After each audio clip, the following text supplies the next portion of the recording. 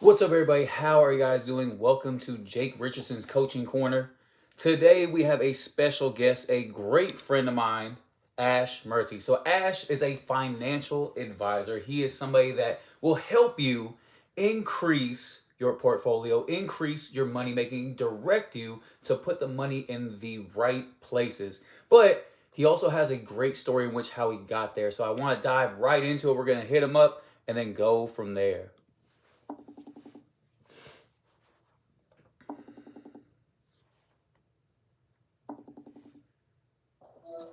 My dude. What's poppin', man? How are you? What's up, man? How you doing? Dude, chilling, man. Can't complain. It's Friday. Gonna see my boys tomorrow. It's gonna be a great weekend, man. I'm excited. I like it, man. I'm extremely excited to get you on this podcast. I know that you're nervous, but I'm extremely excited to get it going. Why did you say I'm nervous? Do I look nervous? No, you look good. I'm kind of sweaty, bro. You look good. You look like you just left the makeup tent. Everything looks so perfect on you right now. Hey, this is actually a filter. Well, keep it. It's doing good. I might have to get more views and likes because of this shit. But we're gonna dive right into it. So the first question I have for you is, what is a financial advisor? I'm going to give you my definition of what I think a financial advisor is, because the industry gives my occupation this negative connotation of what we do. So basically, what I like to call myself in terms of a financial advisor is really being able to provide clients or individuals, not even just clients, but just people that I interact with on a daily basis, the knowledge, the tools, and the resources to be able to help better manage their overall wealth. And it could be just like inspiration to be like, hey, yo, like you guys should read more into how the stock market works, or like download this app and just become more aware, because at the end of the day, it's really about, you taking ownership of your own money, you know what I mean? And that's where I feel like a lot of my most successful client relationships are, where clients, I'm not just telling clients, but it's more so like a partnership of, hey, let's work towards this common goal of what we want to accomplish for you. So. Oh, I like it. Why is it so important to connect yourself with a financial advisor? You struck on it right there, but I want to know the exact why of people listening, why it's important to get a hold of a financial advisor. Yeah, so good question. So basically, why is it important to have is that your question, that why is it important to have a financial advisor? Exactly. I feel like for most people, this is just for me having countless client interactions. Bro, people are lazy.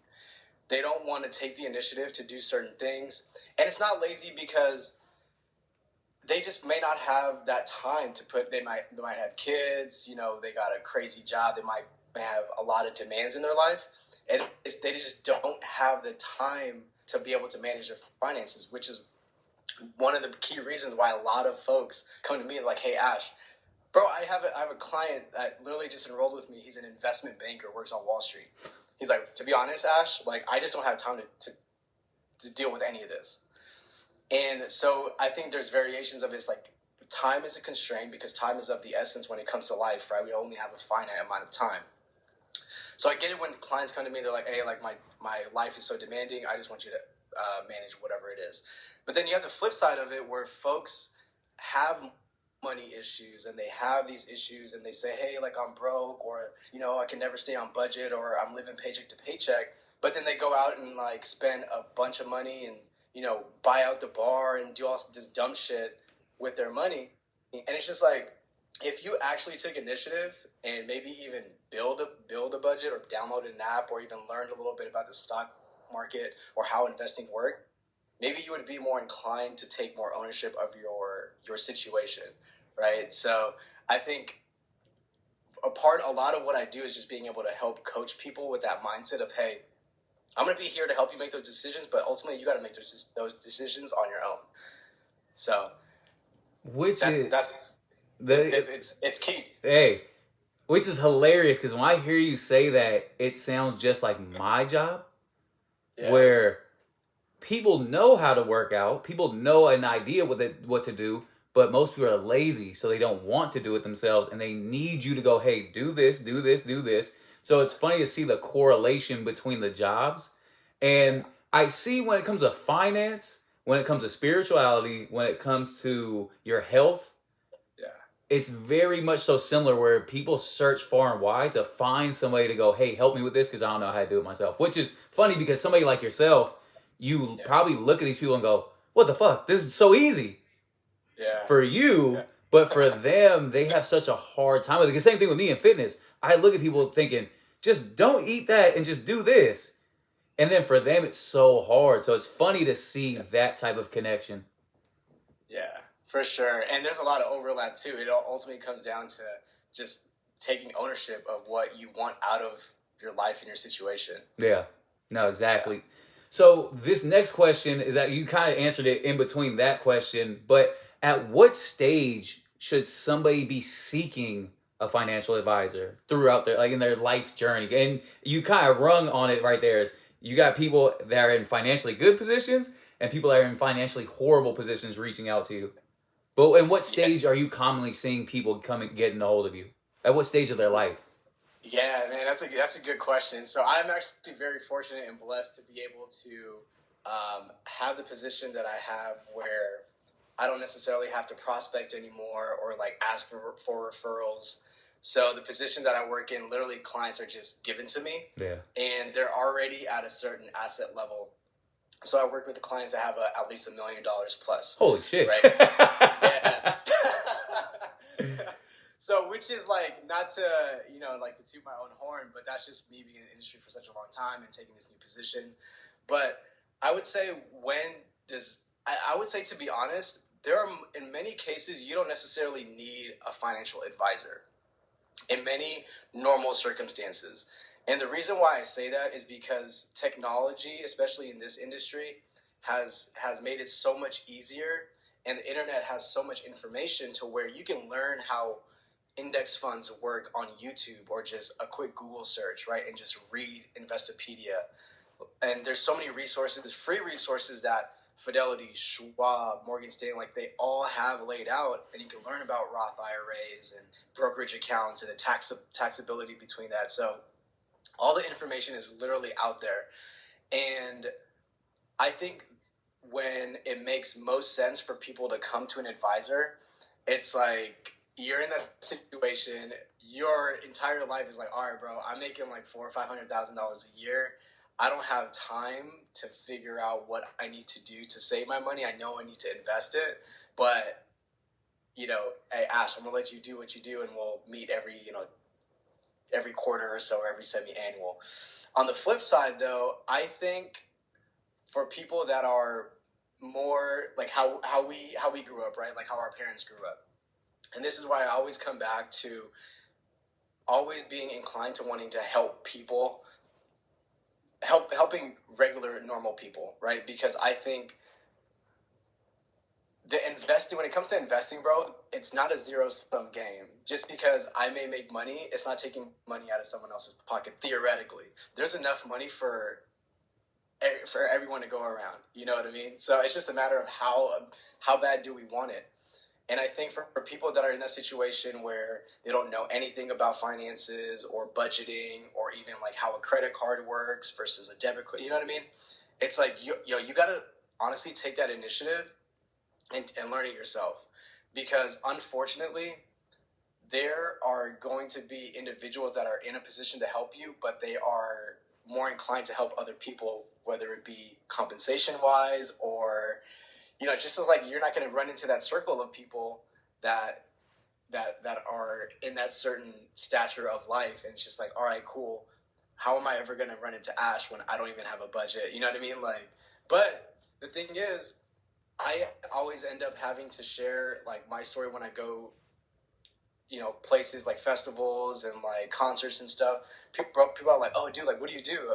And I tell them I work in finance. They're like, wait, what? Like, that's crazy. I would never think that. Right? Like, and I tell them, yeah, like, I'm a financial advisor. They're like, yo, like, I need help. And I literally be like, hey, hit me up, email me.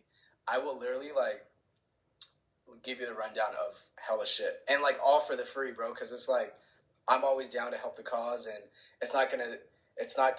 I don't ask for any compensation. It's just me out of the kindness of my heart. Because I remember being broke as fuck, and my family didn't have any money. You know what I mean? So if I can always give back and help the next person to make better decisions for their family, bro, I'm all for that. Well, and that's a beautiful stage to be at in your career where you go, okay, I'm doing financially well for myself. I feel like I'm at a stage where I want to be able to give back and help. And to the point that you're making, these people getting a hold of you, they're starting at the grassroots. So it doesn't take a lot to kind of do this, do this, do this. Let's see if you do it, and then get back a hold of me. And then if you did that, I'll help you out from there. But it's kind of that proving ground. Same thing, like I said, in my career. At this stage, people get a hold of you with Quit Fitness, go, okay, yeah, workout. Here, do all of this. If you actually do it, come back to me, and then we'll go from there. Yeah, and that's the biggest thing, especially with you too, right? Because like, people have to be willing to help themselves before you can help them. Oh, for sure. And that's why and you could probably attest to this too, when people reach out to me and be like, hey bro, like, I started reading about Roth IRAs, or I started reading about XYZ. Dude, can you help me explain the difference? It's different. That's a different conversation versus, hey man, can you help me? Like, can you help me? Out of the fucking thin air. And it's like, all right. I mean, like, I'm down, but bro, like, you gotta help yourself before I can, you know what I mean? Like, where do I start? Exactly. Like, I need a baseline. You need a baseline. And they you need to help yourself before I can help you. And they should know that baseline before they ask you a question. Yeah. So, and nah, trust me, I know exactly how it is. It gets frustrating, and that's kind of the cool part and the stage in which you're in your career is you have enough information and you've seen enough to where you go, I can tell right away by the question that you ask me or how you come and approach me if you're actually going to do what I'm going to say, or you just want to talk out loud and vent. Because I'm not a therapist. I'm trying to help you advance. Yeah. So yeah, it's a crack up. So then next one is, what piqued your interest in the beginning to even become a financial advisor? What interested me? Yeah. How did you get into this? Man, I'm gonna be honest, dude. I just wanted to make a ton of money. like no bullshit. My concept was, so when I came to the realization of when I wanted to be an advisor, I was actually, and I remember I was telling, we had like talked about it in the city one time.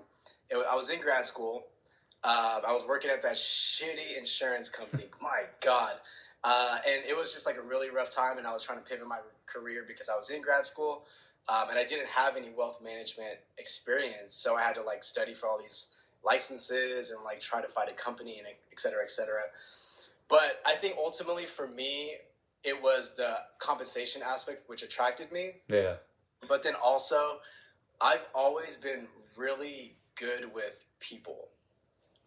And I felt like being in a position where I can make a lot of money, I'm really good with people, it's a relationship business, and you're dealing with people's money, but you're more so dealing with their emotions, right?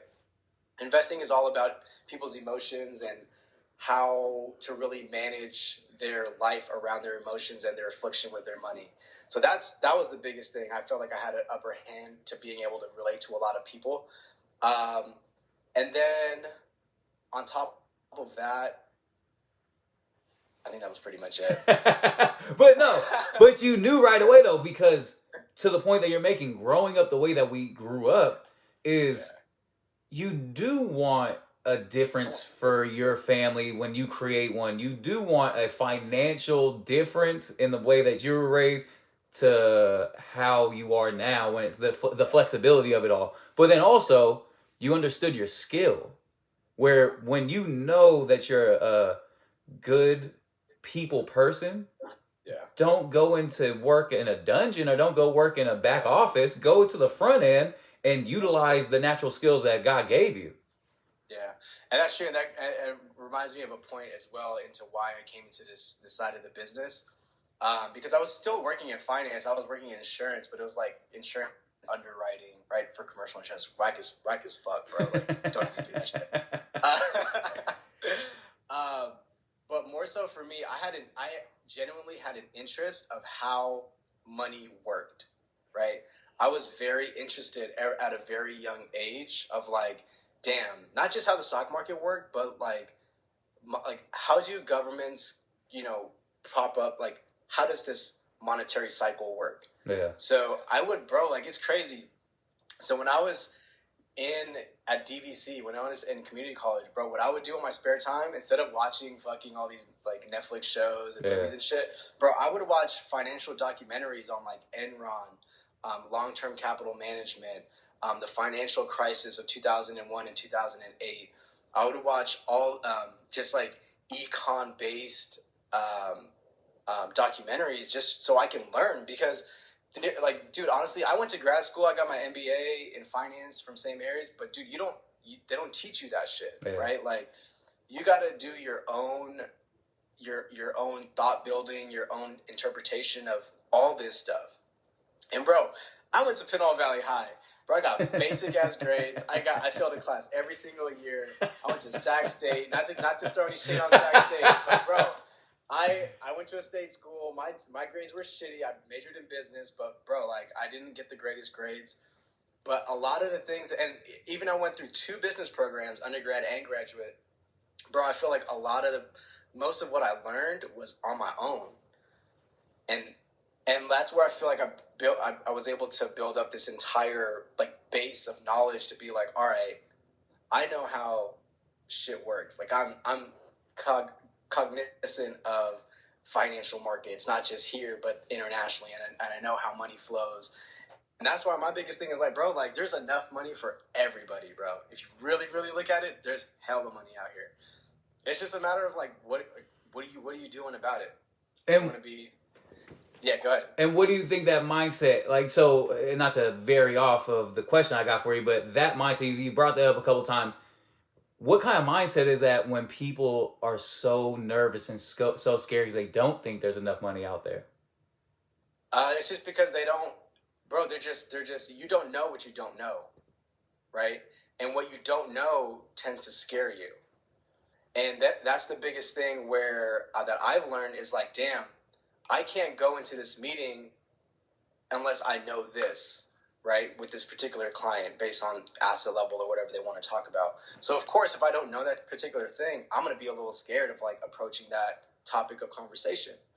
That's just like life. It's just like, damn, like, if I don't know finances, if I don't know how, like, my taxes work, or, how to invest, I'm just going to avoid it and let my husband or my boyfriend deal with it. And I'm just afraid, like, I'm just going to let them deal with it. But it's like, bro, like, why don't you, if you read a little bit, you'll be able to build your own base and build your own interpretation of what this is, so you won't be afraid of it. And you can actually better your entire situation by shedding more light on what you need to do regarding your own finances. Well, just going through the little bit of pain. See, people are so afraid of pain, or they're so afraid of stress, where if you just fall the fuck back and don't rely on somebody else, because when you rely on other people, it actually makes you weaker. So if you're relying on your husband or your wife or your significant other or your friend, then that means that you're weakening yourself, because if that person's not there anymore, how are you going to get it done? Yep. So you're better off connecting with people like yourself that actually are knowledgeable in the space, and educating yourself and learning how to do it, so you one day become self-reliant and you become stronger and stronger and stronger. But a lot of people don't like that shit. Like I said, that's why it's funny as we're talking to find the similarities in careers, because it's all a people like job. You're dealing with people. Like you're dealing with people in their finance. I'm dealing with people in their health, and they have the same fears in both categories. Yeah. So that is a crack up and that's the cool thing I like about this podcast. When I get people on here, you start noticing that there are so many more similarities in all these different sectors that people don't realize until they start talking. That's true. So then, schooling-wise, you broke down that a little bit, but let's go. Yeah. What kind of schooling from after high school to where you are now is the most important? So if somebody was thinking about becoming a financial advisor, what would you best advise them to do right out of high school all the way to where you are right now? Yeah, so I took a pretty unconventional route, just because for a little bit after graduation of high school, I didn't know what I wanted to do. It's hella funny. So when I went from high school, went to community college for 2 years, my major was actually physical physical therapy. Like, I want to be like a that's hella funny. So I was just like, but then it's funny. So I ended up changing my major after a year, because at that time I was working at Wells Fargo, and I was like, damn, like, and that's when I started learning about all this money shit. And like, it was during that time, it was a financial crisis, so everything was like, fucking up. And my crazy ass was like, damn, like, I want to be in this crazy shit. You saw the chaos. I saw the chaos, but on the flip side, I also was working with clients that, bro, they were making bread, bro. Like, they were making a lot of money. And I'm just like, and to me, coming out of high school, bro, I was working for $7.25 an hour at Century Theaters in Richmond. So to go from that to being like working in this bank, and then you see the type of clients that you're interacting with, and they're like normal ass people, but then you pull them up, it's like, damn, bro, like, you're getting 50 racks in your account a month? Like, what the fuck do you do? Like, holy shit. Like, and bro, it was crazy. It was a crazy, like, experience for me, because it's like, bro, like, there are people making money out here. Money. But it's under the radar, right? It's just like, damn. And it's all the way from finance people to engineers to, all this, like, whatever under the sun. But I just saw how people were making money, and it didn't have to be what I was accustomed to. Yeah. So I was like, man, I gotta learn more. I gotta see more of this shit, right? Like, this is just the tip of the iceberg. Yeah. So I switched my major. I ended up going, did 2 years at community college at DVC, and then I got an undergraduate degree in business. Generally, if someone wants to be an advisor, you just need a bachelor's degree, and then right after college, you can join a firm, and then they can actually help you through the licensing aspect of it. So you can, do your series. So to be an advisor, you need your Series 7, your Series 66, and then also other certifications to help round you as an advisor. So I have designation. So I have my certified financial planners designation, which is basically getting another bachelor's regarding financial planning. And then I have another wealth management designation that I did as well through another program. So I have that. So when you like add, and then I have my life insurance license through the state of California. So it's a lot. But theoretically, if someone wants to be an advisor, you just need a bachelor's degree, and then to get in with a firm that'll allow you to learn the ropes of not just how to manage clients, but just everything, like talk the swag, learn about all this stuff, because you're not going to learn any of this in school. No. Unless I do have a colleague that I work with at my current company.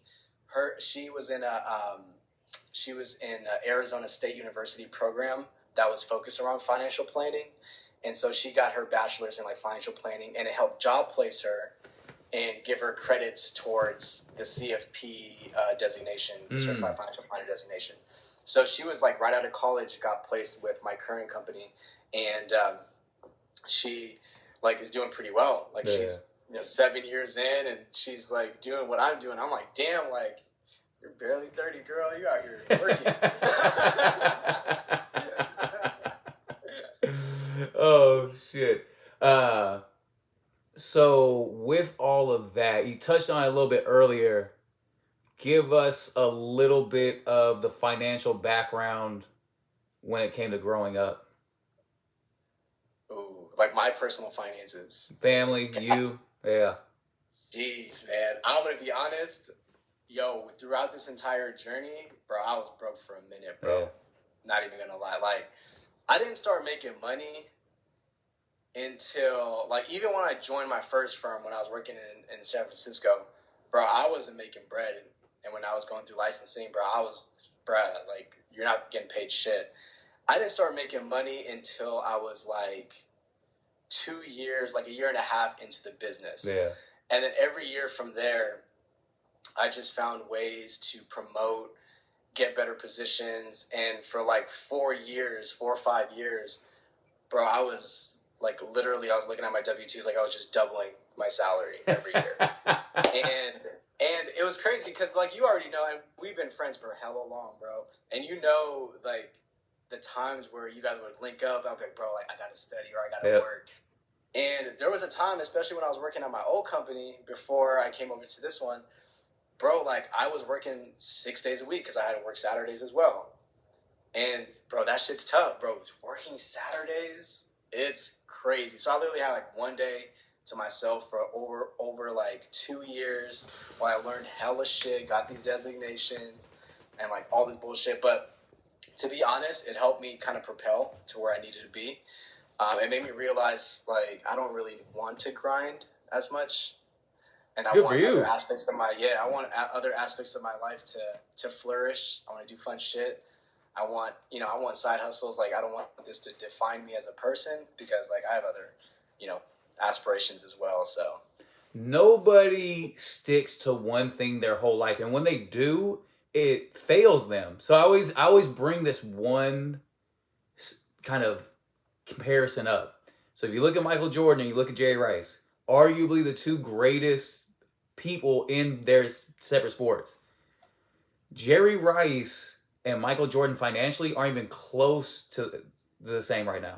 Because Jordan realized they couldn't dribble a basketball forever and he had to pivot. But he used his basketball prowess and name to pivot into becoming a billionaire and Air Jordan and all this stuff. But then you take Jerry Rice, he was trying to catch a football in his late 40s when he should have been building the empire, taking the pivots. So for you, it's the same thing. You've been through the grind already. You know exactly what to do and what not to do.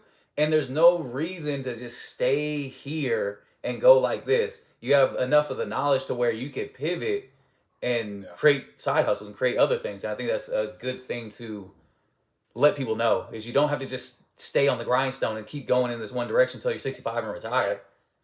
That's bro. And like you hit the nail on the head, man, because no one wants to be going 200 miles an hour for their entire life. Like you're going to get burnt out. You're going to come to a point, and at my point, it was the pandemic. Yeah. And like everything stopped right during the pandemic, and life kind of hits you in the face, and it's just like you look in the mirror one day, it's like, what am I doing? Is this what life is? Right? It's just like especially when you're like in the house all day, and it's just like you can't do shit. It's like, damn, like this is really what my life is. Yeah. That's just crazy. Like, nah, man, I can't. Like, nah, this is not gonna work. So. But man, you hit the nail on the head, is being able to use that to propel yourself to other stuff, and whatever that may be. I feel like a lot of people need to find that thing and just refine that craft and use that to pivot themselves, because it doesn't have to be forever. Well, you're doing a great thing too, and I think this also happens with people that at a young stage of life, money wasn't as prevalent, to where if you're a kid and you get into the financial space, but you come from a family that's always had money, money becomes the pinnacle value. So when you don't have it or you're not making enough of it, your parents will look at you funny.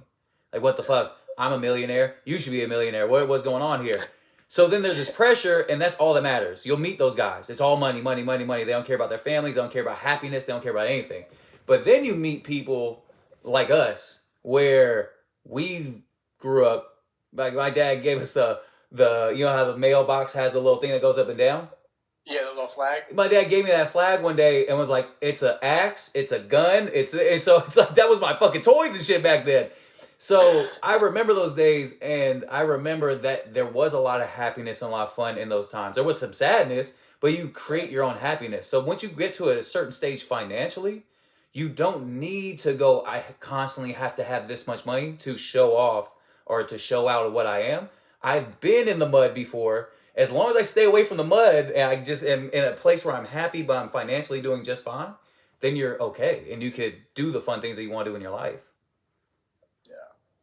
So that's true, man. 100% true. But I do like, too, that you were saying, and a lot of people don't realize this either, I want you to add a little bit more to it, is especially young people, when they hear about financial advisor, doctor, all these bigger positions, they think that the second that you get the job, it's 6 figures right away.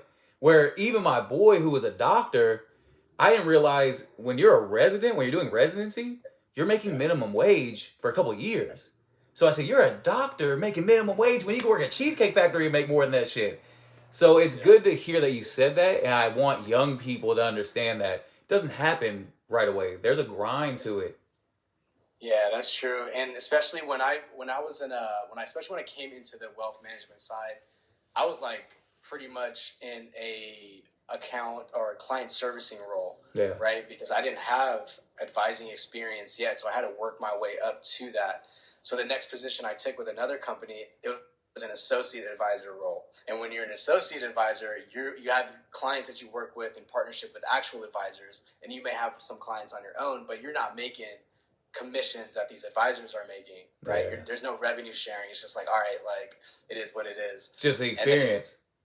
And then after you put in the time, show the company and your boss and whoever it is.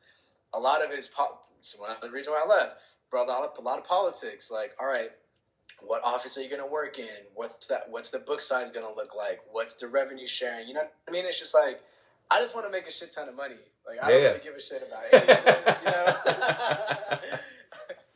And then, with all that, and I guess some companies are going to be a little bit different, but the more money you end up making in a position, the more politics come into play. There's more minutia that has to be on a day-to-day. And then once you can get over that hurdle, and I've had colleagues that have been in the industry for a long time, their dads have been in the industry, where once you build your book, quote unquote, and then you're with a firm for a certain amount of time, you get over those hurdles, and pretty much you're in the state where nothing can really touch you, right? So you're good. But to get there, bro, it takes forever. And it's just like, do you want to do that? And that occupation becomes your identity. Oh, yeah, I'm going to go talk to Ash. Oh, Ash, the advisor guy, right? Yeah, that's Jake's advisor friend. Like, bro, I don't want to be known as the advisor friend.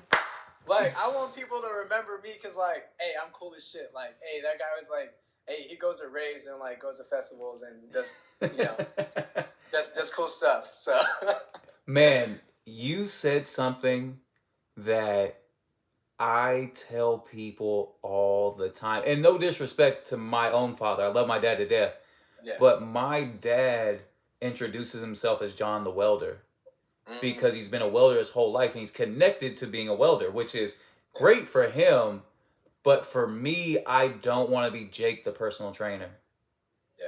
I don't want to be Jake the fitness guy. That shit is not something I want to connect to the point that you're making.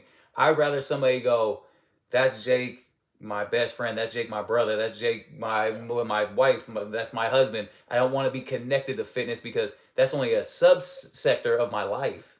Mm-hmm. So I'm really glad you said that because that strikes me super hard. Yeah, and it's crazy because, like, I just moved to Arizona, right? So this is, like, a good example that I'll give you. A lot of people, when I meet people, like, I don't tell them what I do. Like, my first question when I meet people is like, hey, man, like, hey, it's nice to meet you. Like, what are you up to? Like, how long have you been living out here? Like, where are you from? If you notice, some of the more, I don't want to call them douchebags, but, like, some of the douchier guys. Yeah, let's roll with douchebag. All right, let's roll with douchebags. Some of the douchebags are the guys that lack depth. Right off the bat, they'll be like, they'll meet you like, hey, man, like, oh, what's up? My name is, so-and-so. Like, what do you do? Like, what do you mean? Like, what do I do for the weekends? Like, what am I doing right now? Like, I don't know. Like, what do you mean what I do? Like, I just don't like that because instantly it's like human nature to qualify someone. All right, cool. What if I told you I'm a dentist versus what if I told you I'm a janitor versus what if I told you I'm a, technician that fixes refrigerators, right? Like, why does what I do matter versus why don't you ask me about myself as an individual, as a person, right? Like, it's just so it baffles me that people still kind of like go through that conversation. And what's crazy is I've met some of the coolest people out here in AZ, and like I've got a really cool like friend base out here, and I don't think a lot of them really know like what I do because that never comes up. It's like, oh, like, hey Ash, like, I just tell my, hey bro, I gotta like work tomorrow, like I gotta go home. You know what I mean? It's not like, oh yeah, I got all these client meetings and et cetera, et cetera. Like, nah, bro, like. And it's cool. It's just like later on, like months down the line, they'll be like, "Oh, Ash, like I never asked you, like, dude, what do you do?" I was like, "Oh, like I work in finance," and like they kind of have to pull teeth from me because I don't like to market that. Yeah. Because I don't want to, because people build an interpretation like, oh, like you're a sleaze bag that sells financial products, right? Like, nah, man. Like, I'm an advisor, but it's totally different, you know, blah, blah, blah. And this is what I do. It's like, oh, that's crazy. Like, I would have never guessed that. Yeah. And that's probably the best compliment on the planet, right? Is if they go, oh, I can see that a mile away. You go, fuck, do I look like that, motherfucker? But when they go, oh, I couldn't see that, that just speaks volumes on you as the human being. Yeah. And because I don't want to ever lead with I don't want to label myself as a certain thing, right? Because I am more than just a job. I am more than just an advisor. I'm more than just a son or a friend, right? Like there's a lot of layers that I think everyone has, and it's just like when you tell someone a certain thing, it's just like, bro, you're limiting yourself as to what they can perceive you to be. You know what I mean? Yeah. People build perceptions all the time. It's just like you meet someone, it's like, all right, like that's the guy. Oh yeah, that was the doctor guy, or you know, the trainer guy. It's just like, bro, like I don't want people to build perceptions around me. Like, remember me as the guy that, you know, like told that funny joke, got active, or got active. Oh, it's just that crazy Indian guy that just like talks a lot. But no, to the point you're making though, even 70 years from now, when it's all shut down and people are showing up to your funeral, your clients are going to show up and go, man, he balanced the shit out of my portfolio. Hell no. People are going to show up that loved you, that go, Ash, the human being was amazing, not Ash, the fucking financial advisor, was great at his job, so I got to show up. Yep. That shit don't ever happen. Man, hey, I'm gonna say this quote that one of my old managers told me. Let it rip. I love it. Honest, bro. Like, this is probably one of the quotes I live by till this day, and it goes by for not just meeting clients, but meeting everybody in general. Not everyone is going to remember what you say, but people will always remember how you make them feel. So I think being able to leave an impression, a good impression, like a genuine impression on people when you meet them is more important than telling them certain aspects about you. It's like, let your vibe, let your energy, let how you interact with them speak more than what you are actually saying. I think that's where people are like, you know, are going to gravitate towards you just based off the energy you put out. And I honestly, like, that's what I try to practice every single day. It's just like, bro, like, good energy, be genuine as hell, like, do shit for the right reasons, and like good shit will end up coming back, you know what I mean? And don't lead with like, I deserve this because I am such and such, I did XYZ, and like all this shit on my wall. To be honest, bro, fuck all this shit on my wall. Like, this shit, to be honest, like, yeah, I got it up there, and that shit was hard work, but to be honest, like, that shit doesn't define me. Like, I am more than all of that shit, and I'm proud of it, but at the same time, we shouldn't allow a piece of paper, a job, you know, where we worked at or work at define who we are as people, bro. Like, we have more depth, and we should be more demanding of ourselves as just like humans. Because I feel like a lot of people, they say that they work somewhere, they have such and such, and they want to affiliate themselves with people to be like, oh yeah, like I got this, I got that. And that's how they want to attract people. But it's like, nah, bro, if you just like genuinely put good shit out there, people are going to attract you. Unless you're just a douchebag, and no one's going to attract you. Oh man, I couldn't agree more. Everything that you just said, I can't even add to it because it sounds as if it would be something I would say exactly. So I couldn't agree more to any of that shit right there. That is great information that I hope people are really drinking in, which is great though, because you're on that positive tip and we're going to keep it going in positivity. Who positively motivated you to achieve your goals in life? Man, I got to pick just one or like a couple? No, let's do a couple. The ones that are at the top of your mind. All right, I would say definitely my mom is the first one, to be honest. Yeah, my mom is a big motivator of kind of why I even went into finance, because she worked in banking her entire life. Oh, wow. And a lot of it was me seeing her working, and she would like bring her work home, and I'd see it. And like, I just thought that was really cool. Like, I just thought it was the coolest thing, you know. Oh, my mom works at a bank. That's like, she works with all this money, you know. So like, that was one of the things. And then as I got older, so my parents, my mom was a single mom, right? So my parents split up when I was really young, like 10 years old. So money was a scarcity. So I saw how having lack of resources, in this case money, really affected your life. And a lot of people say, "Oh, like money isn't everything, dude." When you're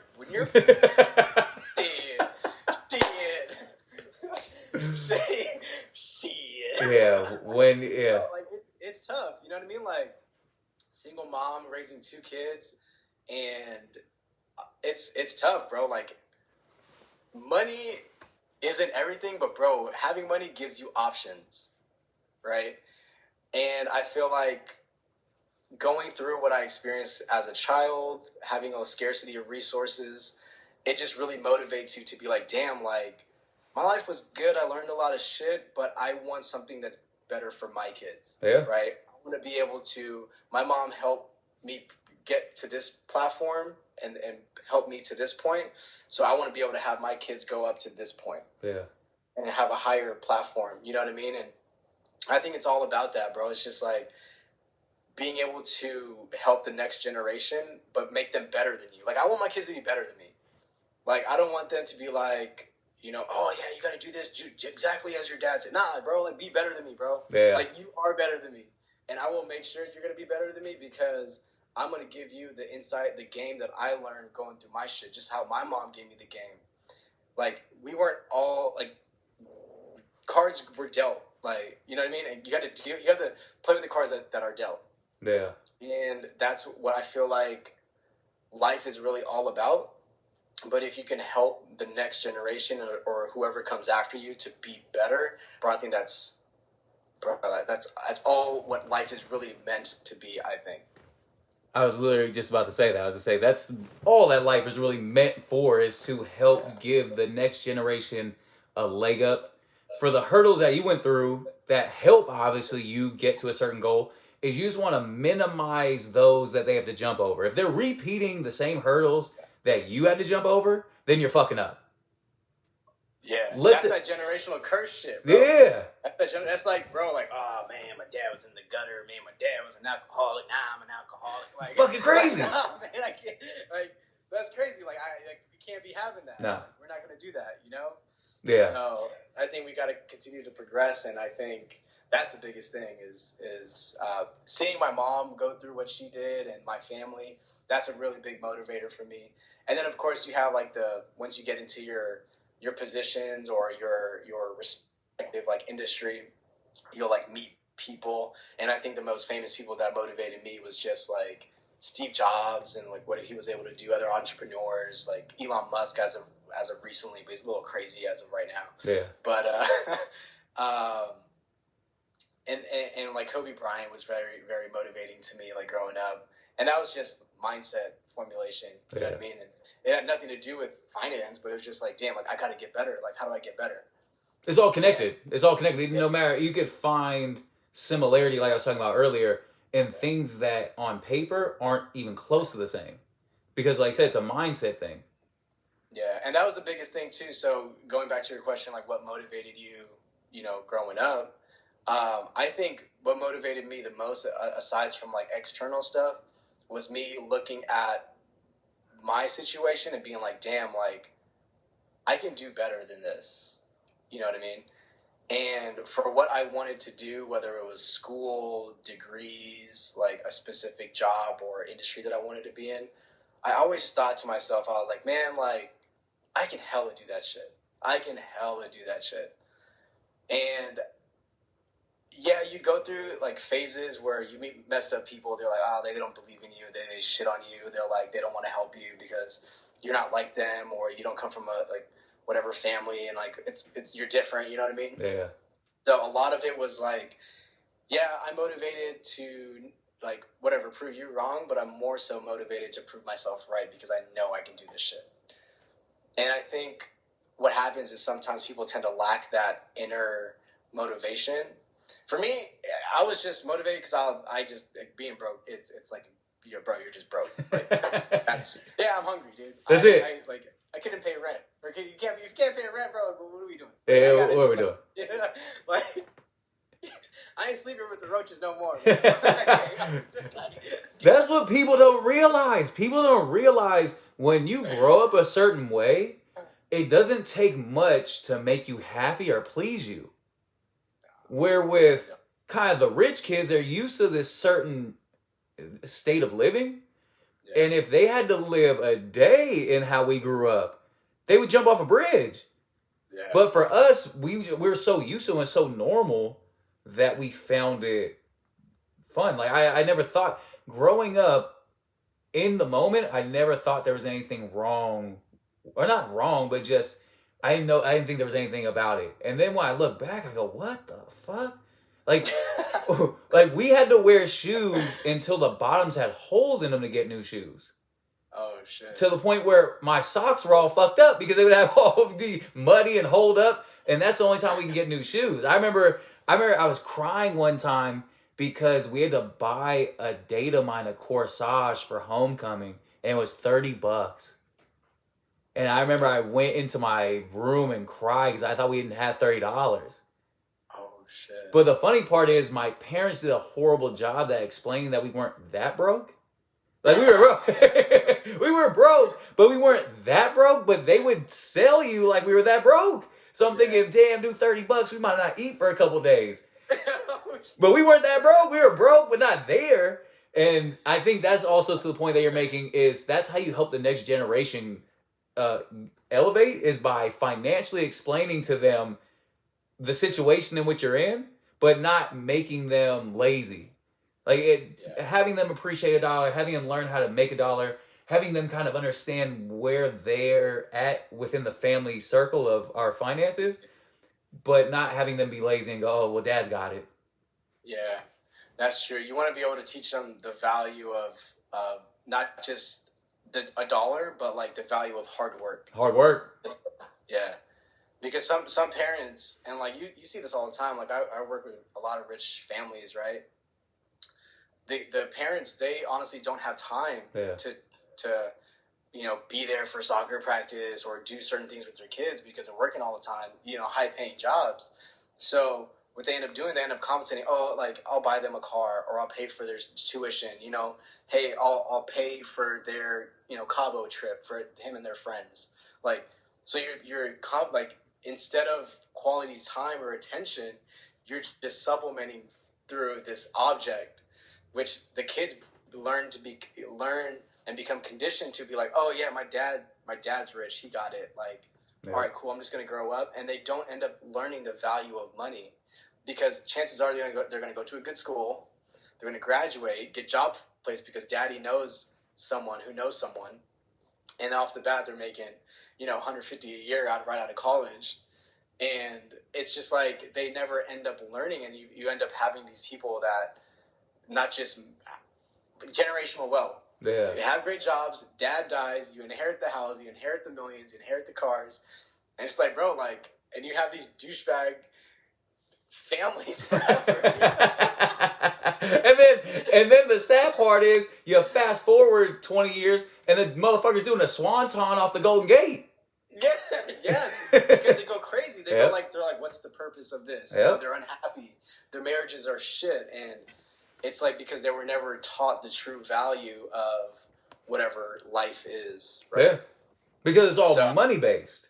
It's based off like an object, which is actually like interesting or good that you're kind of getting around to that, because when you look at your situation, is your mom busted her ass and provided so much love and guidance for two parents as one parent.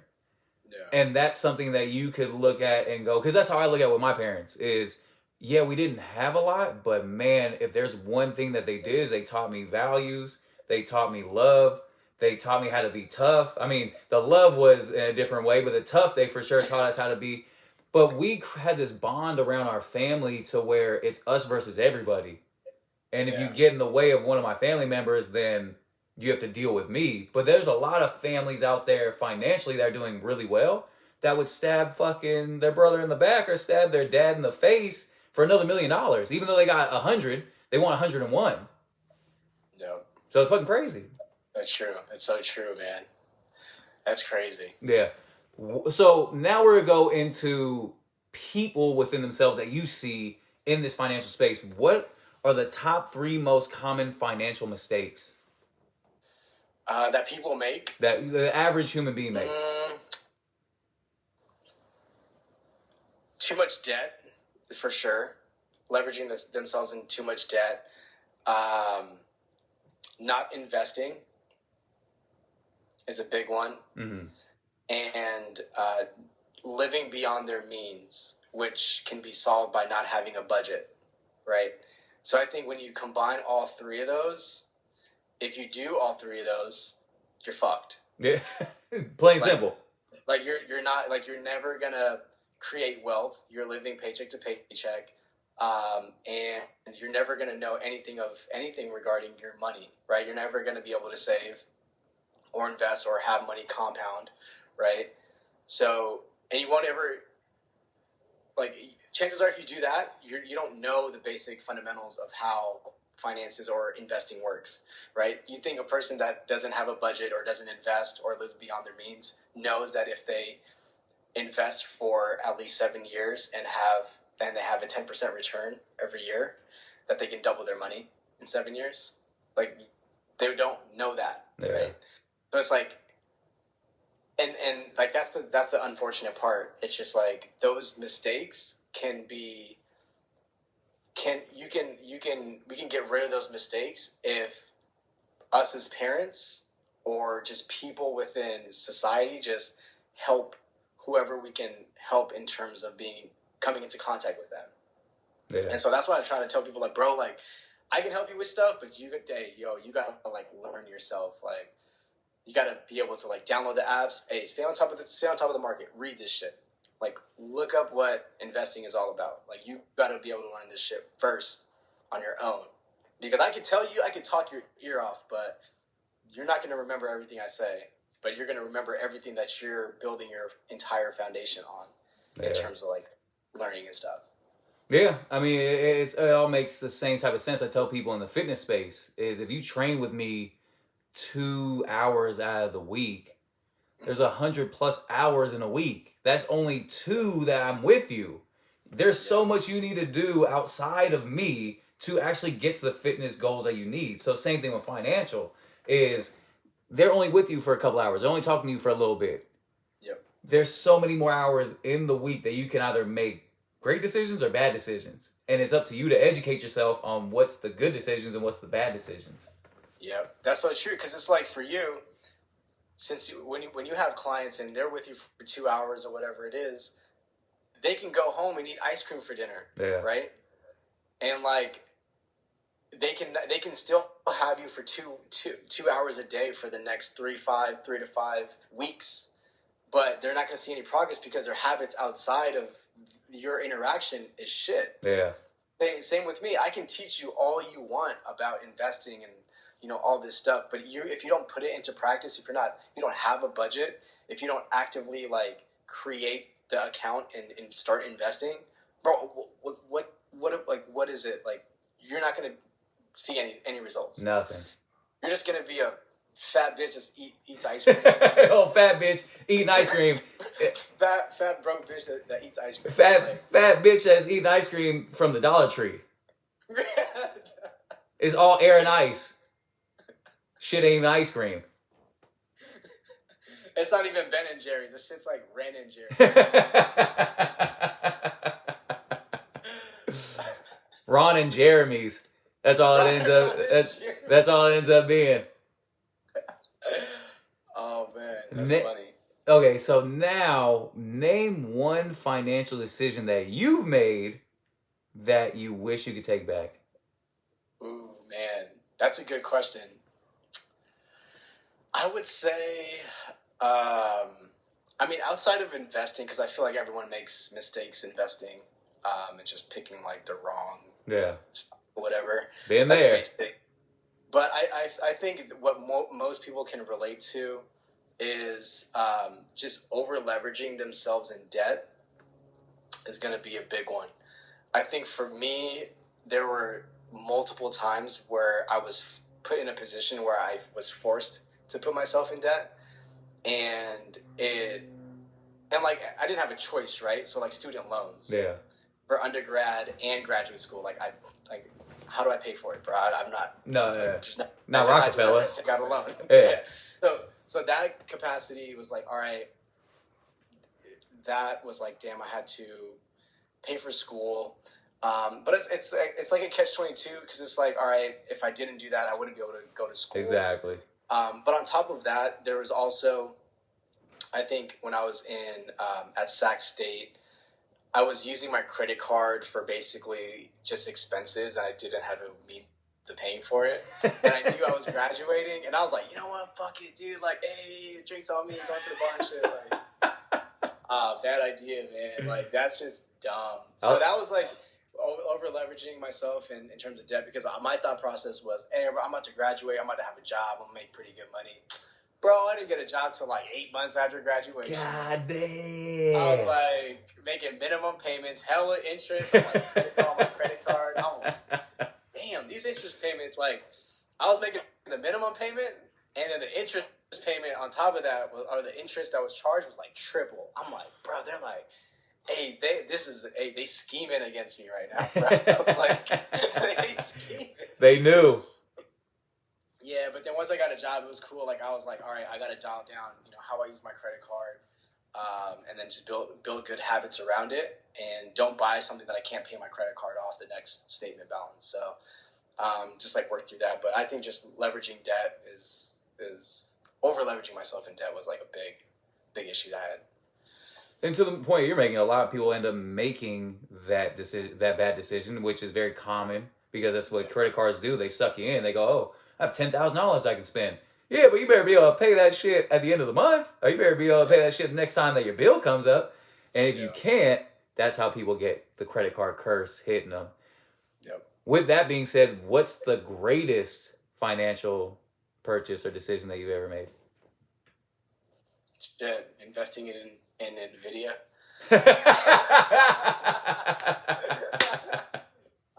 Hey, I will say this. Hey, this is crazy. I'm not gonna lie. So when crypto was the craze back in 2015? Early craze. 2015? No, wait. 2017? Right? 17? 2017. Yeah. It's 2017. Bro, like, I knew a lot of shit about personal finance, like, up to that point. Like, I was like an associate advisor, so I knew how to leverage, like, promos through credit cards and all this bullshit, right? So at that time, Coinbase allowed you to utilize credit cards without a fee to invest in crypto. Holy shit. So what I did was like, all right, I got this promo through Citibank. I'm going to max out this fucking credit card. It was like 15 racks, bro. 15 racks, maxed it out. I bought Ethereum, Litecoin, and Bitcoin. Holy shit. And I just just maxed my shit out. And my thought process was, all right, this is going to go up. This has to fucking go up. Yeah. So what I ended up doing is like max my credit card out, bought that shit. I ended up, the amount went up like, dude, a lot, bro. A lot. And I ended up diversifying into like other like altcoins on Binance, and like some of them went to shit. But I was able to pay off that credit card and still have. Exactly. So I paid off that credit card and then kept my investment within those like Litecoin, Bitcoin, which I still have, which I hadn't sold. Like, I was like, my thought process was like, bro, I'm never selling this shit. Well, it's free money at that point, right? Because you paid the credit card off, and now it's just money that you made. This all the plus. Yeah. So I did that, and I was able to like get hella exposure to crypto super early. And then of course with crypto, like, we had that winter the past couple of years, and it's like slowly coming back up. But bro, like, that was huge for me to be able to like have that exposure and do all that stuff. And on top of that, like I was doing my own investing in terms of like stocks and everything, and like I taught myself how to do all of that, and just what comes with being in the business. So like that was huge. I don't recommend that. Like I feel like that's honestly the worst example to take a credit card, max it out. It's like you should never ever do that. It's too late now. No, I wouldn't. If I were to go back, would I do it? Yeah, for sure. But I wouldn't recommend it to anybody. But to the point that you're making, though, you're highly educated on it. So you had, bro. Like I knew everything. And here's the caveat too. I had enough cash in the bank to be like, all right, like I got 10 bands. If worst case scenario, this shit goes to shit, I got 10 racks, or I can just sell some stock and I can like pay it off. You know what I mean? Like it's not like I had nothing to my name and I'm just taking this credit card loan. You know what I mean? Like I had measures to help with that. Yeah, you're not putting the house on it. They're not. The credit card company isn't gonna dip your feet in some concrete and throw you off the bridge or something. Like you're like to the point you're making.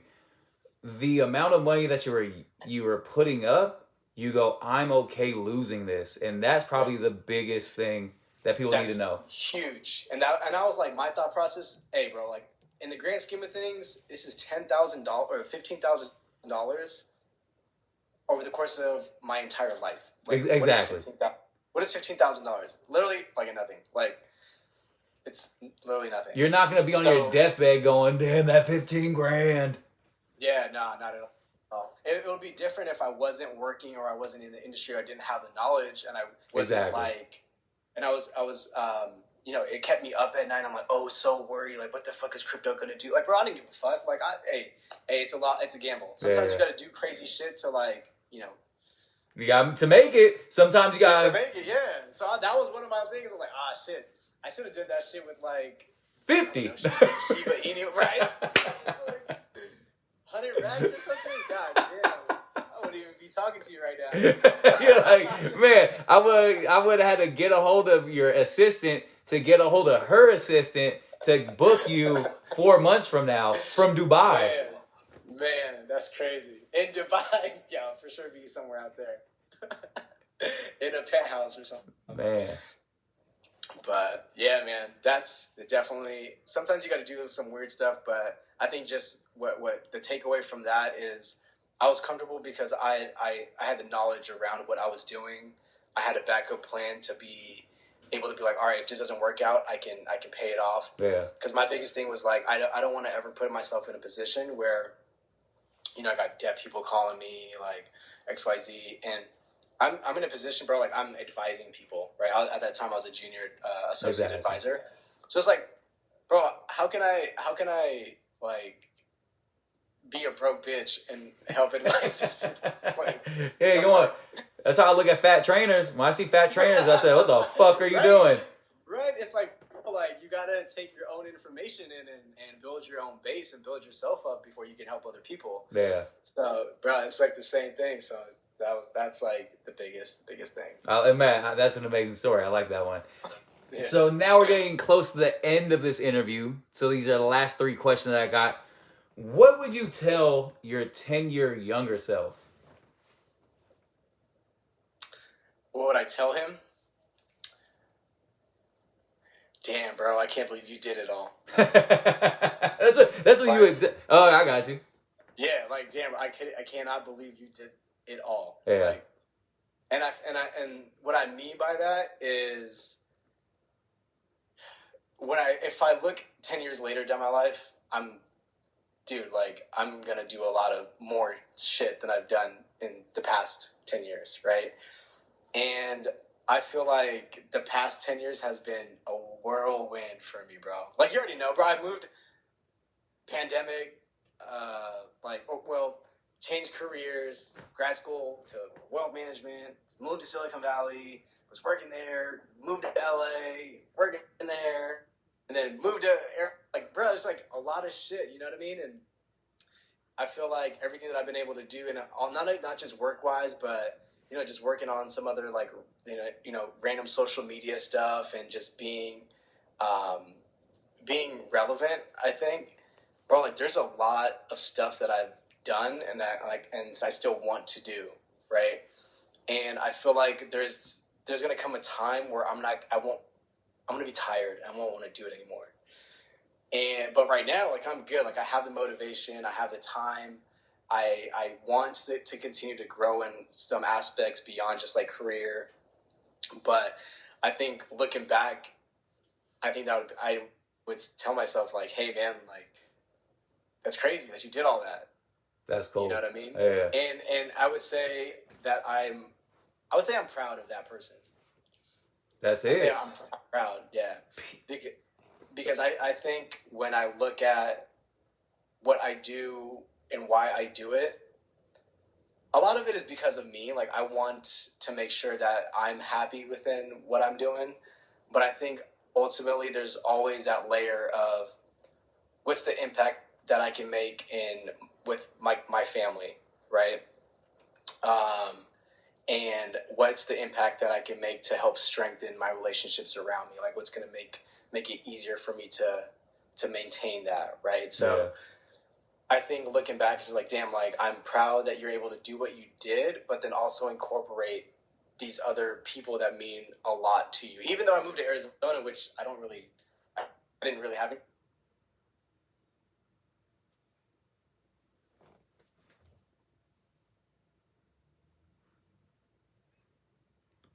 The connection froze, but we're about to get this man back on here so he could keep it going.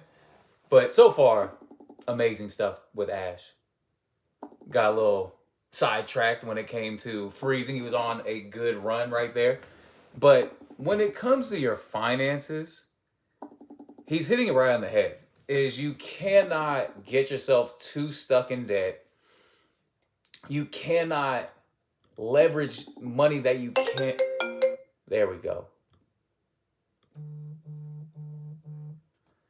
Is you cannot leverage money that you can't be okay losing. If you're doing that, then you're screwed. So at the end of the day, make sure that you're putting the best foot forward when it comes to. Oh, there we go. Oh, there we go. I lost you for a second? It's all good. No, keep going. Keep saying what you were saying. I forgot what I was saying. I forgot what you were saying too. What was the question? I can probably remember. The question was the greatest financial decision that you've made, but we kind of tangented off of that. Oh yeah. But no, you were saying how. What would I tell my 10-year self? Oh yeah. But then you were saying also how it's built on helping your family, helping the people that you have as clients financially reach certain pillars. Yeah. So I think it's like whatever I've been able to do, it's been more than just about me and more than just about me, but also incorporating my family. And then also making sure that whatever I do, there's purpose behind it. Yeah. Right. And I think that's what really a lot of people tend to lack in their life. And that's why they end up hating their jobs, hating their lives, hating the people that they're around, is because they lack purpose and they don't have motivation to do what they want to do.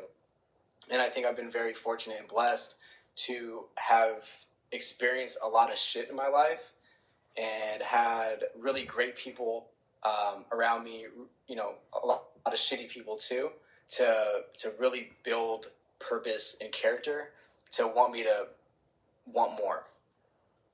And I think that's like the biggest thing is being able to wake up in the morning and be like, all right, like, I'm excited to go to work today because I get to talk to this client and literally make a difference in their life. You know what I mean? Just like you're able to look up, and when you're working with your clients, it's like, damn, like, and they come to you, damn, I'm like, Jake, my back's been killing me, or like my diet is shit, and like, I've been having these gut issues, like, and you're able to take them through your process and, your exercises and these programs, and then weeks later, they're like, oh my God, Jake, it's crazy. Like, all that shit's gone, bro. Like, you've literally changed my life. And that's so rewarding to you. Greatest part of the job. Yeah. And it's like you've impacted someone else's life in a way where you could be adding longevity to their life so they can spend more time with their loved ones. You can be adding more happiness in their life. You can be adding more quality time in their life, because they could go home right after work, watch TV, and be miserable as fucking eat fucking potatoes, salt and vinegar potato chips. but they're like getting better with you, you know what I mean? And you're help motivate, not just helping them physically, but bro, like you're building their mindset and motivating them to become better. And that's the biggest thing that I try to instill in my clients, is like I'm here, like I'll help you with the tactical stuff and tangible stuff and like moving accounts and investing, but this shit's a mindset too. Like, we got to think about your money.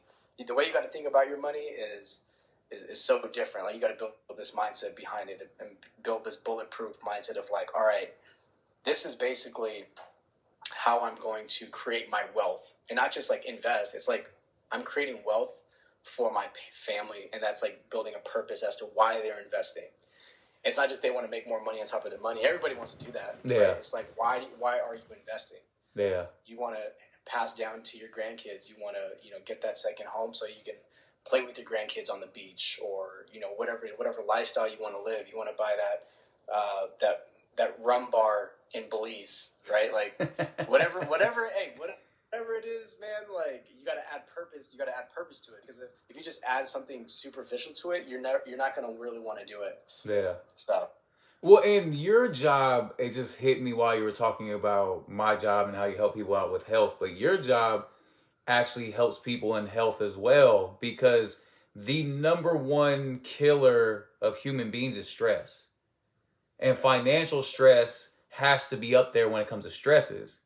So when you're easing somebody's financial stress, you're easing the stress on their body, because they're sleeping better, they're thinking better, they're making the better decisions. So your job deals with health in a different sector that I would look at and go, man, that's huge. Because when you can take somebody's stress away, you're helping them live longer. Yeah. So that's a big thing. That's true. Yeah. Financial stress, man, that's huge. And like I said, I always tell clients, like, I don't want you to ever feel like we have an issue where you can't sleep at night. Yeah. Because if you have an issue where you cannot sleep at night, bro, like something's wrong, right? I need to educate you more. We need to talk through something, or we may need to do a certain something to maybe take less risk within your portfolio. Whatever it is, we need to talk about it, because that's not normal. Yeah. Bro, life is too short, man. Way too short. Life's hella fucking short. And if we're stressing over these items of money and like dumb shit, it's like I'd rather die sooner than have a shitty life worrying about dumb shit. Right? If someone was like, bro, you will live to 70, but from age 50 to 70, you will worry your ass off and you will have trouble sleeping at night. Shoot me now at 50. Shoot me at 50. Like, I don't want that. I don't want that life at all. Because if I can live a happy, fulfilled life and it's shorter, bro, I'm for that. Because it's not worth it. Then you're just like miserable. It's hell. And then you end up like people doing crazy shit, and they end up hurting people around them because they're going through shit, and that's not healthy, bro. And then you end up just having just like a chain reaction of generational curses. Like, damn, my dad was crazy. I'm like, I'm fucking crazy. Yeah, I'm fucking crazy. Hey, it's real. And then you know what ends up happening? You're miserable as fuck. So then you become a ghost that's miserable as fuck. You don't even make it to heaven. Just straight stuck on earth as a miserable ass ghost. Bro, yeah, you're just stuck. You're an NPC, bro, like a legit NPC. Like, that's basically what it is. And you're just stressed out, like you're stressed out. Yeah, it's not worth it to the point that you're making. And that's why I'm glad that you did say it earlier and you're still saying it now, is you have to find balance in life to where it all makes sense. If you're financially happy, but everything else is to shit, then you're not really happy. If you're physically happy, but everything else is really to shit, then you're not really happy. You need to balance it all out and make it make sense for you to put yourself in the happiest position that you could be in, no matter what. Because to the point that you're also making is when you die, it's usually just you. Yeah. Rarely does everybody go with you. and you guys all get to go at the same time, it's usually just you. So at the end of the day, if you're not putting yourself in the best position to be as happy as you possibly could be, what the fuck are you doing? Yeah. So I like it. Yeah, man. Happiness is key, bro. Key. Like prosperity bees, baby. Hey, prosperity vibes, baby.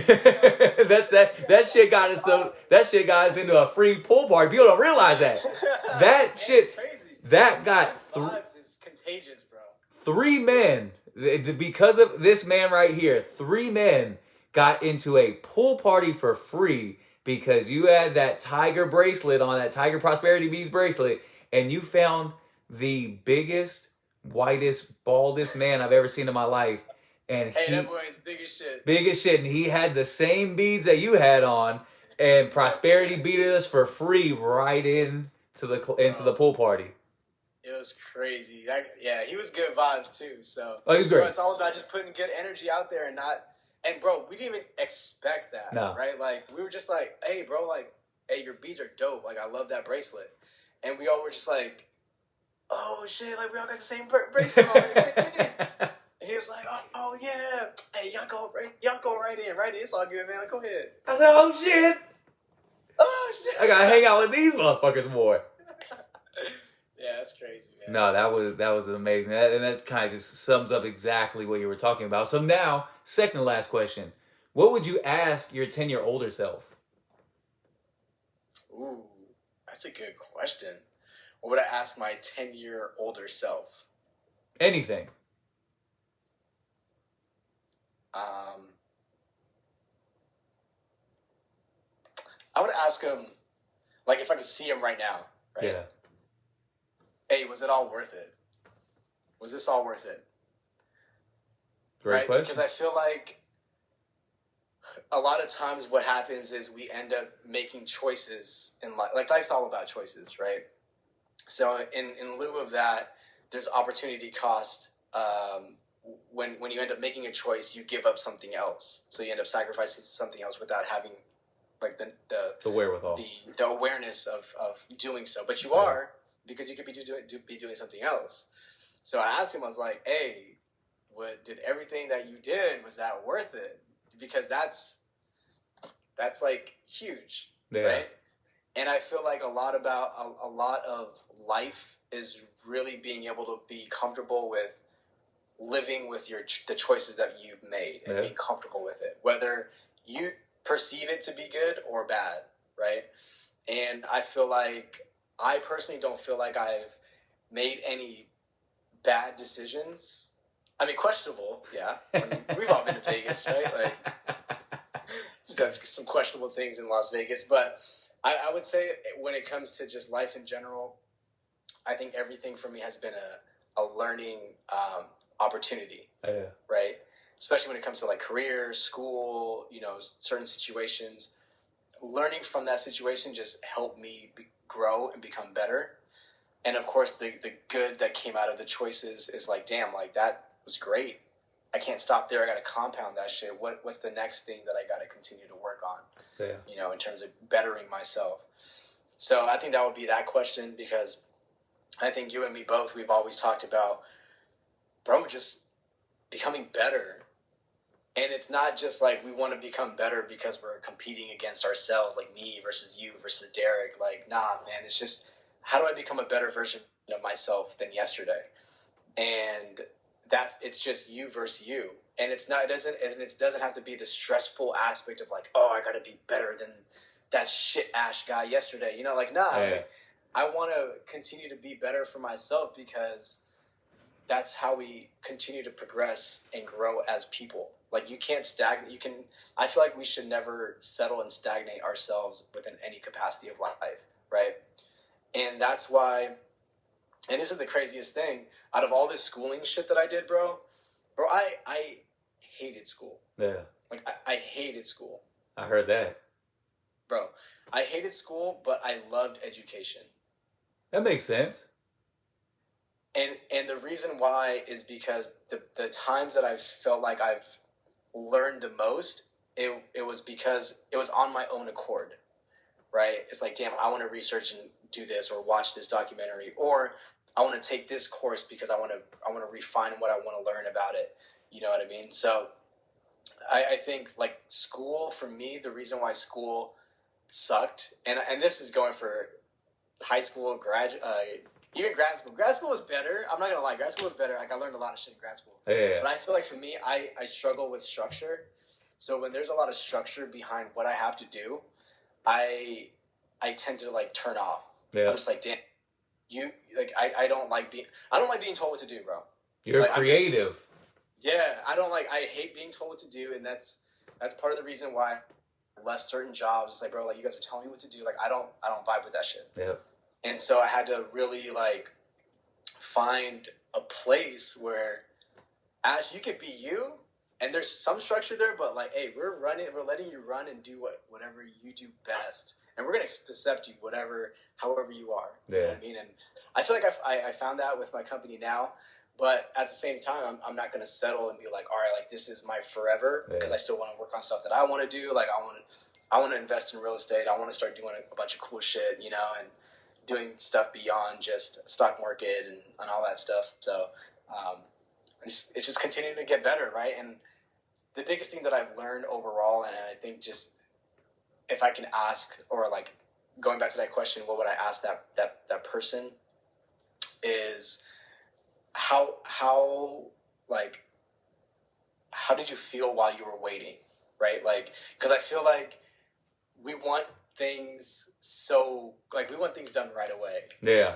Like we want instant gratification, and I think a lot of it has to do with just how life has been. Like technology has made everything so much easier. So it's just like, damn, like I want this shit right now. Like I'll get Uber Eats something right now and be here in like 10 minutes, right? Yeah. But life is not really like that. We can't Uber Eats a goal, or we can't press on demand of what 10 years is going to look like. We got to actually start building something towards that. We got to take steps towards that. And for the longest time, I wasn't thinking like that. Yeah. I was like, damn, I want to do this shit next. Like, I want to be an advisor tomorrow. Like, how the fuck do I do that? I want that shit now. Yeah. But bro, it comes with time. Like, no one's going to give you the opportunity the next day. You know what I mean? Like, you got to put your time in. You got to go through the motions. You got to learn your shit. You gotta show them why you're there. Like, give them reasons why you're there. Yeah. You know what I mean? No, I couldn't agree more. But yeah, man. Last and final one. All right. You have great content. Let everybody know where they can find you at. Like financial content? Whatever you got. The financial content, man. The Raven. Where can people find you at? So it's crazy. So it's hard, bro. So all right. So I'm obviously on Instagram. My Instagram is more like a personal blog. A_Murti. M as in Mary, URTI. That's basically just like life experiences expressed in pictures and reels. During the pandemic, I created a finance TikTok. That shit kind of popped off. So that's ash.empower. But I actually don't post on that anymore. And it's mostly because I felt like I was going back to our conversation earlier. I was actually going into, hey, that's Ash the advisor guy. Yeah. You know? And at first it was cool because it's like, all right, like everybody needs this. But at the same time, it became unenjoyable for me to make content. And once it became unenjoyable for me to make content, I was like, I can't do this anymore. You know? Yeah. So, I mean, it's still there. There's still a lot of good information. I don't plan on deleting it. Yeah. The only thing is, like, I don't like really interact on there, but you can still find a bunch of shit. I made so I stream video games. All right. So I'm on Twitch. I'm actually going to play with my brother in a little bit. Twitch.tv/WiremanTheKitchen. Playing Warzone 2 tonight, so you want to pop on, watch your boy pop some skulls. You already know what the vibe is. Let's see, what else? Oh, and I actually just started so I go to festivals and raves a lot. I started a rave TikTok where actually, like, it kind of popped off. So I have, like, over 1 million views on, like, an aggregate across all my videos. All right. And, yeah, so that's kind of, like, going up. I have, like, almost 1,000 followers and stuff, so that's kind of cool. So that is ravepapa.ash on TikTok. Oh, Ray Papa. Yeah, rave papa Ash, because you know I'm hella ownership. I'd be like a zaddy over there. Damn, you how old? Maybe a granny, maybe a grandpa daddy out that way. Grandpa daddy. But no, and that's the craziest thing too, right? Like I feel like, yeah, even though raves, it's super fun, like you party and stuff. I think for me, it's kind of like an escape to be able to just go enjoy yourself and like listen to good music because I love house music. And then just spend time with the people that you love. So I always go with like my cousin, with Derek, and like I met some of the coolest people going to raves, and they're just like super genuine people, super sweet. And it's funny because like I feel like a lot of people that go to raves or festivals, they get this negative connotation that they're like, oh, they want to party, like all you do is like do drugs. It's like, bro, like I've been to hella festivals like sober. Yeah. I just drink a beer and like I'm good. And it's like you don't have to necessarily do drugs to go to the shit to enjoy it, or even like know the music. Because I've been to hella shit where I didn't even know who the DJ was. Yeah. I was like, bro, it was lit. Like that's crazy. So I just like ended up documenting a lot of like rave content and rave humor on that page. So it's gonna be kind of cool. Oh, and also like I'm gonna be on Netflix. I got. Yeah. So I'm gonna be on this Netflix dating show called Indian Matchmaking. I didn't really market it too much on my Instagram just because like it's a little odd. I don't know. It's a little weird to me, but I'll be there like on an episode or two. So I was a fill-in for this girl's story that they were following. So I ended up dating her. I guess I kind of dated her, or we just had like a Zoom call or whatever. Like I don't know. I'll let you guys watch it. Yeah, I'll keep. A little interesting. Yeah, don't spoil it for me. I gotta see how this goes. Yeah, but yeah. It'll come out on the 21st of April. And yeah, it should be a little exciting. We'll see how it turns out. Man, well, I'm a fan. I'll be there cheering. Yes. I hope the Sheik gets his own show. Sheik Rahim, man. Yeah. Yeah. But hey, good shit, Ash, man. This was a great episode. I'm very glad that you got on. I want to get you on more. I'm gonna have more questions, more not just financial stuff, more life stuff at the same time. But this was great for a lot of people to get a better understanding of finances. How, if you're somebody that wants to achieve the goals in which you've achieved so far, how to do that, and then also how to find the balance in your actual life. Yeah. So that's huge. Yeah, and I'm more than happy to come on because I feel like a lot of that stuff was basically my entire life, right? Yeah. Like trying to find that balance, trying to like find your identity. Like, who are you? Trying to like find your way. Like, how do I make money? And then like after all that, having a balance of like, what do I really want? Like, what really makes me happy? Yeah. You know what I mean? And man, I mean, I'm not like super young, but I'm young enough to where like I have enough experience and I can provide some insight. So, bro, I'm always willing to share and appreciate you having me on, man. This has been fun. And hey, I'm gonna see you tomorrow, bro. We'll see you tomorrow, man. But yeah, no, good shit, Ash, man. I love you, man. I appreciate you. Thanks for coming on. Yeah, for sure, brother. Hey, I'm gonna catch you tomorrow, bro. All right. I'll text you. Good shit, bro. I'll see you tomorrow. All right, brother. Peace. Later.